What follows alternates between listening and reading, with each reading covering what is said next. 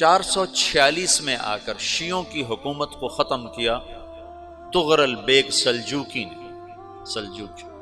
Seljuk مسلمان ہوئے تھے محمود غزنوی کے دور میں، سلجوک ان کے بڑے کا نام تھا۔ تو ایک دفعہ محمود غزنوی نے سلجوک سے پوچھا اگر مجھے تیری مدد کی ضرورت ہو تو کتنے آدمی پیش کر سکتے ہو؟ تو اس نے ایک تیر دیا، کہا یہ ایک تیر ہے میرا، کسی کو یہ تیر بھیج کر میرے علاقے میں بھیج دو تو چند گھنٹوں میں 1,00,000 تلواریں تیرا پہرا دینے کے لیے تیار ہوں، میرے پاس اتنی طاقت ہے۔ تو یہ سلجوک کی نسل میں تھا تغرل بیگ۔ اللہ تعالیٰ نے جب عرب زوال کا شکار ہو گئے اور ضعف کا شکار ہو گئے، جیسے بڑھاپے کا کوئی علاج نہیں، جب قوموں پہ زوال آتا ہے تو اس کا بھی کوئی علاج نہیں، پھر اور قوم کو جگہ ملتی ہے۔ جیسے بڑھاپا ایک فرد پہ آتا ہے، ایسے بڑھاپا قوم پہ آتا ہے۔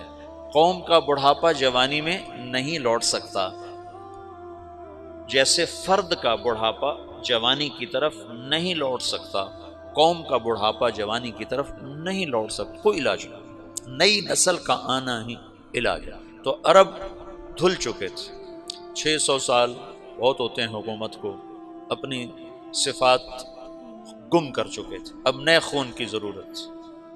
تغرل بیگ پہلا شخص تھا جس نے آ کر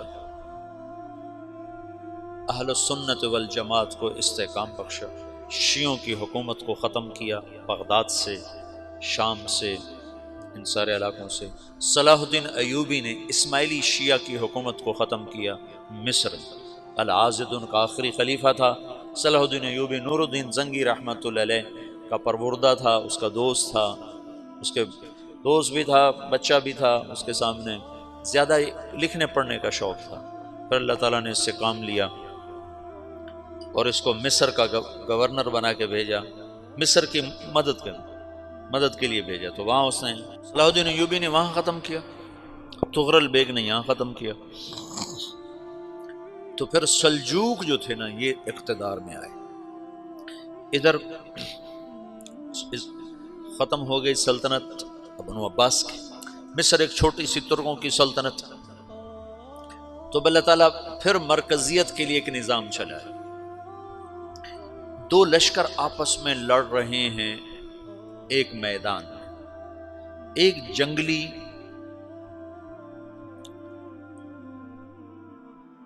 بدوؤں کا قافلہ، جنگل کے لوگ اپنے قبیلے کو لے کر، ایک جنگلی قبیلہ اپنے سردار کے ساتھ نقل مکانی کر رہا ہے ایک جگہ سے دوسری جگہ۔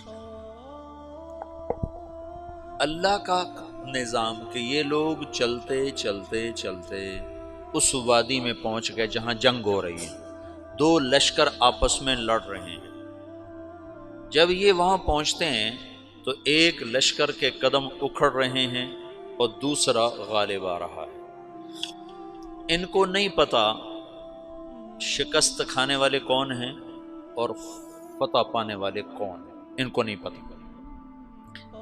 اس جنگلی قبیلے کے سردار کا نام بھی تغرل ہے، تغرل۔ تو یہ سردار کہتا ہے جو شکست کھا رہے ہیں ان کی مدد کرو، کچھ پتہ نہیں کون ہے، کہتا جو شکست کھا رہے ہیں ان کی مدد کرو۔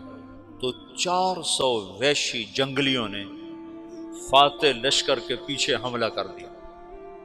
وہ تو ایک کافی ہوتا تو 400 دوڑ جب تلواریں پڑیں تو چند لمحوں میں نقشہ بدل گیا، بھاگنے والے جم گئے اور جمنے والے بھاگ پڑے۔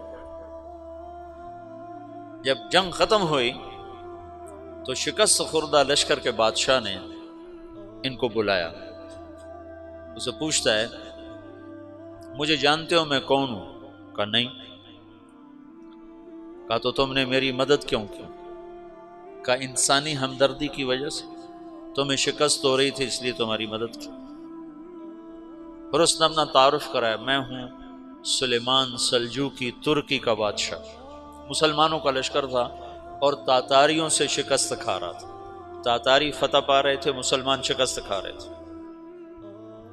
تو وہ اللہ کی غیبی مدد بن کر آئے، تو وہ اس سے کہتا ہے میرے ساتھ رہنا پسند کرو گے؟ تم نے میرے اوپر احسان کیا ہے، میں اس کا بدلہ دینا چاہتا ہوں، میرے ساتھ رہنا پسند کرو گے؟ کہنے کا کر لوں گا۔ تو اس نے اس کو لے کر ترکی آیا، اور استنبول اس وقت روم کی حکومت میں تھا، اس سے فتح کیا اس تغرل کے آگے چوتھے پانچویں پڑپوتے محمد فاتح نے۔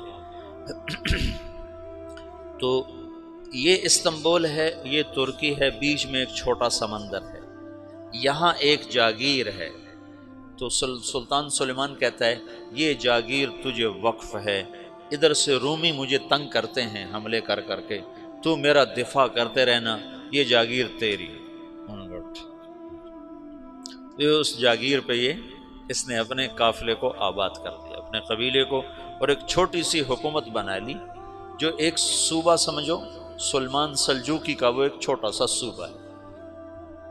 وہاں جب یہ رہ پڑا تو پھر یہ ایک شیخ کے بیت ہوتا ہے، وہاں شیخ طریقہ میں ان کے یہ بیت ہونے جاتا ہے، وہ اس کو رات اپنے پاس ٹھہراتا ہے، تو ایک کمرے میں ان کا خادم ٹھہراتا ہے۔ یہ جب کمرے میں جاتا ہے تو سامنے دیوار میں طاقچے پر قرآن پڑا ہوا ہے، تو یہ تغرل بیگ کہتا ہے یہ کیا ہے، یہ کیا ہے؟ تو وہ خادم کہتا ہے یہ کتاب اللہ ہے، قرآن ہے۔ اچھا، وہ اس کو وہاں چھوڑ کے باہر چلا جاتا ہے۔ وہ دیہاتی آدمی، جنگل کا رہنے والا، پہلی دفعہ زندگی میں قرآن دیکھا، وہ کہتا ہے یہ قرآن ہے، اللہ کی کتاب ہے، میں اللہ کی کتاب کے سامنے سو جاؤں، کتنی بے ادبی ہے۔ تو اس نے ایسے قرآن اٹھایا اور سر پہ رکھ لیا اور کھڑا ہو گیا، ساری رات قرآن سر پہ رکھ کے کھڑا رہا۔ رات کے پچھلے پہر اس کو خواب آیا، کھڑے کھڑے اس نے دیکھا کہ اس کی پشت سے ایک چاند نکلا اور شیخ کی بیٹی کے سینے میں جا کے اتر گیا، پھر اس لڑکی کے سینے سے ایک درخت نکلا جو پھیلتے پھیلتے پھیلتے 3 بر اعظم پہ چھا گیا، افریقہ پر، یورپ پر، ایشیا پر۔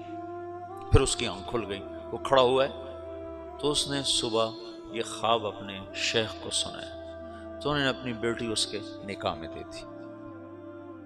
اس بیٹی سے ایک بچہ پیدا ہوا، تغرل بیگ نے اس کا نام رکھا عثمان، عثمانی ترک نام سنا ہوا، جو میں نے کل بتایا تھا کہ 1924 میں وہ خلافت ختم ہوئی۔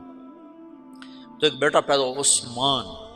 عثمان نے پھر ایک نئی اسلامی حکومت کی بنیاد رکھی جو 1924 تک چلتی رہی، کوئی 800 سال یہ حکومت چلی۔